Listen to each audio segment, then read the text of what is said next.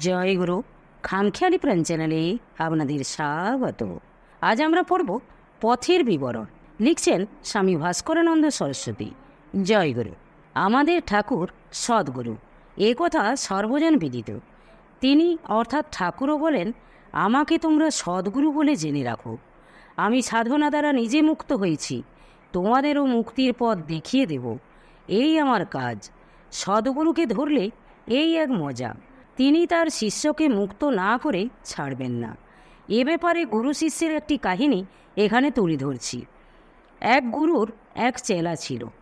বেশ কিছুদিন আশ্রমে বাস করার পর তার সংসার করার বাসনা হলো। এ কথা তার গুরুকে বলাতে গুরু বুঝলেন, ভোগ ছাড়া এর কর্ম ক্ষয় করা যাবে না। এই চিন্তা করে গুরু তাকে বলেন, বেশ তো, তাহলে যা, কিন্তু বেশি দিন সংসারে থাকিস না। সে কি আর বলতে, কিছুদিন বাদেই আমি ফিরে আসব। এই বলে শিষ্য বাড়িতে গিয়ে সংসার ধর্ম শুরু করলো। এইভাবে বেশ কিছুদিন অতিবাহিত হওয়ার পর গুরুর ইচ্ছা হলো দেখে আসি শিষ্য কেমন আছে। বাড়িতে গিয়ে বলে, ভোগ তো করলি, এখন চল আমার সঙ্গে। শিষ্য মাথা চুলকাতে চুলকাতে বলে, সে কি আর বলতে, এই ছেলে মেয়েগুলো একটু বড় হলেই এদের হাতে সমস্ত দিয়ে আমি চলে যাব। আপনি এ বিষয়ে নিশ্চিন্ত থাকুন। এইভাবে আরও কিছুদিন কেটে যাওয়ার পর শিষ্য আসছে না দেখে গুরু আবার তার বাড়িতে গিয়ে হাজির।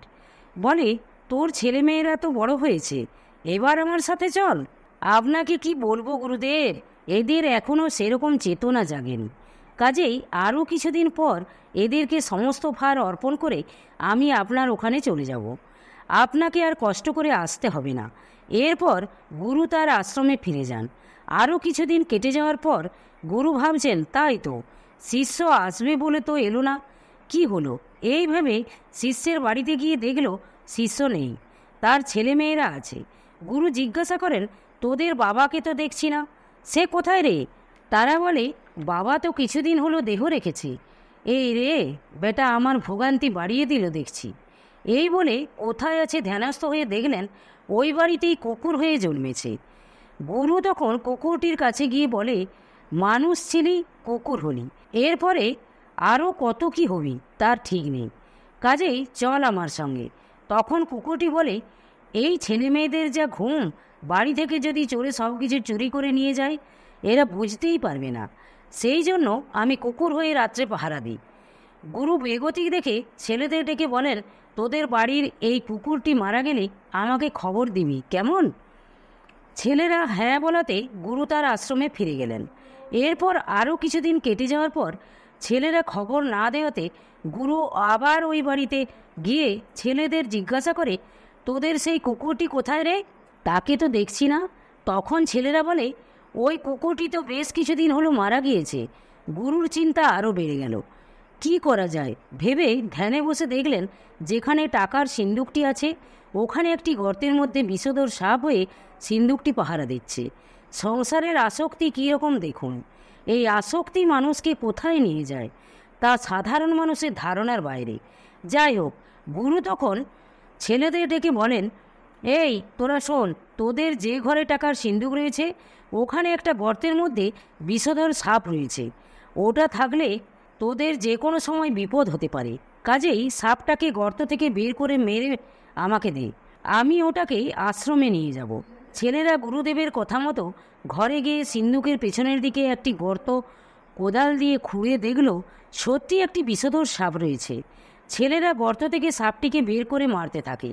প্রায় আধমরা হয়ে যাওয়ার পর গুরুদেব বলেন, আর মারার দরকার নেই, ওটাকে এখন আমাকে দে, আমি আশ্রমে নিয়ে যাব। গুরুদেব সাপটিকে নিয়ে যেতে যেতে বলেন, সেই সোজা হলি, তবে অনেক দেরিতে। অর্থাৎ সাপ মারা যাওয়ার পর সোজা হয়ে যায়। এরপর আশ্রমে নিয়ে গিয়ে সাপটিকে মুক্ত করে দেয়। এই হলো প্রকৃত গুরুর কাজ।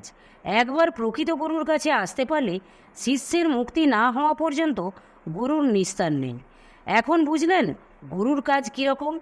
তবে সাধারণ গুরুর দ্বারা এ কর্ম হবে না। অবতার সদ্গুরু বা আত্মদ্রষ্টা মহাপুরুষের দ্বারাই এ কর্ম সম্ভব। সেই জন্য শাস্ত্রে একটা কথা আছে, জল খাবে ছেনে আর গুরু করবে চিনে। ভগবান রামকৃষ্ণ পরমহংসদেব বলতেন, গুরুগিরি করছো, চাপরাস পেয়েছো, অর্থাৎ ভগবানের প্রত্যাদেশ পেয়েছো। উপরওয়ালার নির্দেশ ছাড়া গুরুগিরি করা উচিত নয়। আজকাল বিশেষ করে এই কলিযুগে পথে ঘাটে বহু গুরু দেখতে পাওয়া যায়। কাজেই এই সব গুরুর পাল্লায় পড়বেন না। যাই হোক, আমরা যখন সদ্গুরুর অর্থাৎ ঠাকুরের আশ্রিত হয়েছি, তখন আমাদের আর কোনো ভয়ের কারণ নেই। এখন ঠাকুর আমাদের যেভাবে পথ চলার নির্দেশ দিয়েছেন, সেইভাবে চলার চেষ্টা করতে হবে। ঠাকুর বিভিন্ন সময় বিভিন্ন ব্যক্তির জন্য বিভিন্নভাবের কথা বলেছেন, কিন্তু এর মধ্যে তার আলাদা একটা চিন্তাধারা মনের মধ্যে সবসময় ক্রিয়া করত, যেটা আপনারা খেয়াল করেছেন কি না জানি না। তা হলো কিভাবে সহজে মুক্তি মোক্ষধামে পৌঁছে দেওয়া যায়, অর্থাৎ বিনা সাধন ভজনে ওই অবস্থা লাভ করিয়ে দেওয়া যায়। সেই চিন্তাতে তিনি অহরহ ব্যস্ত থাকেন।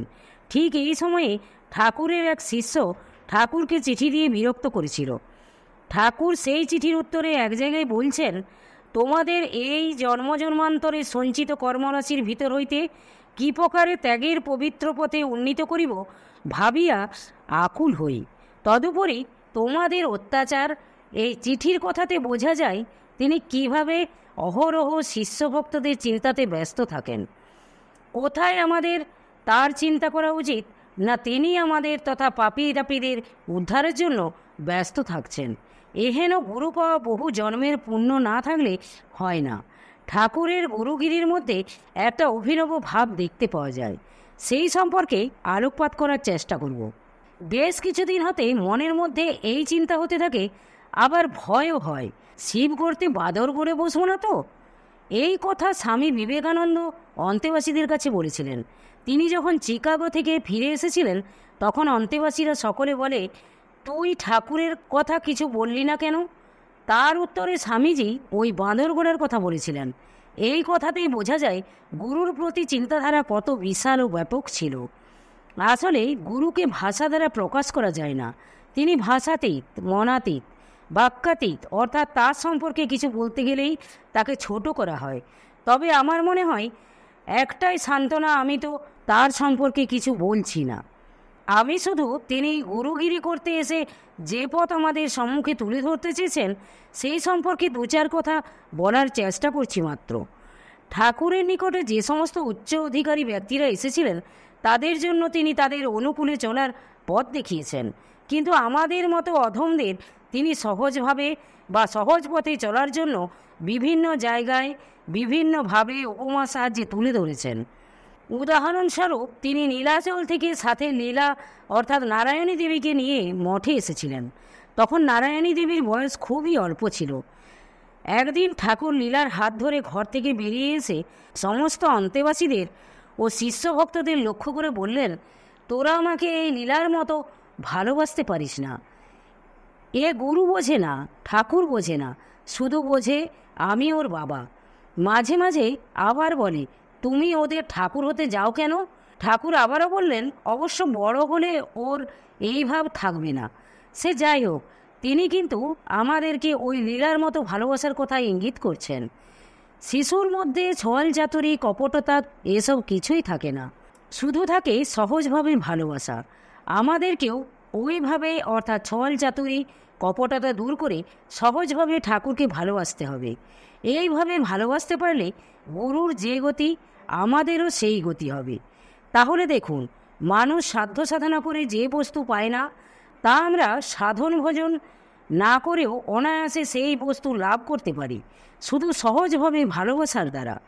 এই কথাই ঠাকুর লীলার মাধ্যমে আমাদের বোঝাতে চেয়েছেন। আরেকবার মঠে অন্তেবাসীদের উদ্দেশ্যে বলেন, তোমরা যে কয়জন অন্তেবাসী এখানে রয়েছ, সকলে এক মন প্রাণ হয়ে পরস্পর প্রেম প্রীতি ভালোবাসা দিয়ে মঠের কাজ করে যেতে পারলে তোমরা জগতে অসাধ্য সাধন করতে পারবে। এখানেও ওই সহজ ভালোবাসার কথাই বলতে চেয়েছেন। তথাপি এখানে কিন্তু একটি বিষয় লক্ষ্য করার আছে, তা হলো সরাসরি গুরুকে ভালো না বেসেও যদি অন্তেবাসীরা নিজেদের মধ্যে সহজভাবে ভালোবাসার সম্পর্ক গড়ে তুলতে পারে, তাহলে এর দ্বারাও গুরু কৃপা লাভ করতে পারা যায়। অর্থাৎ খাঁটি সহজ সরল ভালোবাসা যেখানে বা যেভাবে হোক না কেন, সেখানে গুরু না এসে থাকতে পারবে না। তার কৃপাবারই সেখানে পৌঁছাবে ও ভব পারাবারের ব্যবস্থা করে দেবেন। কিন্তু আমরা এমনই মূঢ় বা অন্ধ যে চোখে আঙুল দিয়ে দেখিয়ে দিলেও আমরা দেখতে পাচ্ছি না, আর তাই তো আমাদের অজ্ঞান অন্ধকার বা মোহ কিছুতেই দূরীভূত হয় না। এখানে একটা কথা বা বিষয় বললে অত্যুক্তি হবে না। ভগবান রামকৃষ্ণ পরমহংসদেব যে কথা তার পার্শ্বদের কাছে কৌতুক বা মজা করে বলেছিলেন, পরবর্তীকালে তারা সেটাকে বাস্তবে রূপায়িত করেছিল। যেমন দক্ষিণেশ্বরে যখন পরমহংসদেব ছিলেন, সেই সময় তার পার্শ্বদরা সবে আসা শুরু করেছে। তাদেরকে নিয়ে ঠাট্টা তামাশা করতে করতে কথার ছলে তিনি বলেছিলেন, রাখালের মধ্যে এমন শক্তি রয়েছে, ও একটা রাজ্য চালাতে পারবে। স্বামীজিও এ কথা শুনেছিলেন। এরপর বহুদিন গত হয়েছে। তারপর বেলুড়ে যখন মঠ স্থাপন করলেন, তখন ওই রাখালকেই অর্থাৎ ব্রহ্মানন্দ মহারাজকে স্বামীজি অধ্যক্ষ পদে নিযুক্ত করেছিলেন। আর আমাদের ঠাকুর চোখে আঙুল দিয়ে দেখিয়ে দিচ্ছেন, তথাপি আমরা পালন করছি না। কাজেই আমাদের চিত্তের উৎকর্ষ হওয়া কঠিন ব্যাপার। গুরুর কথা বা বাক্যকে অবহেলা করা উচিত নয়, বরং মন্ত্রের মতো গুরুত্ব দিয়ে পালন করা উচিত। এত সহজ করে ও সহজভাবে তিনি আমাদের সম্মুখে ধরা দিয়েছেন, তথাপি আমাদের চিত্তের উৎকর্ষ হচ্ছে না। আজকের দিনে এটা ভেবে দেখার প্রয়োজন বলে মনে করি। শিশু যেমন বোঝে তার মা আছে, মাকে পেলে তার অন্য কোনো চিন্তা থাকে না, ওই রকম সহজ সরল শিশুর মতো হয়ে ঠাকুর আছেন আমাদের, আর চিন্তা কি? এই চিন্তা মনে মনে পোষণ করতে হবে, তাহলেই হবে। সোজা কথা, যেভাবে হোক সহজ ভাব আনার চেষ্টা করতে হবে। এটি করতে পারলেই আমরা তাকে অনায়াসে অর্থাৎ বিনা সাধন ভজনে লাভ করতে পারবো বা তার কৃপার অধিকারী হতে পারবো। জয় গুরু, জয় গুরু। আজ এই পর্যন্তই। যদি আপনাদের ভালো লেগে থাকে তাহলে চ্যানেলটিকে সাবস্ক্রাইব করে সাথে থাকবেন। জয় গুরু, জয় গুরু। পরবর্তী অংশ অন্য কোনো দিন।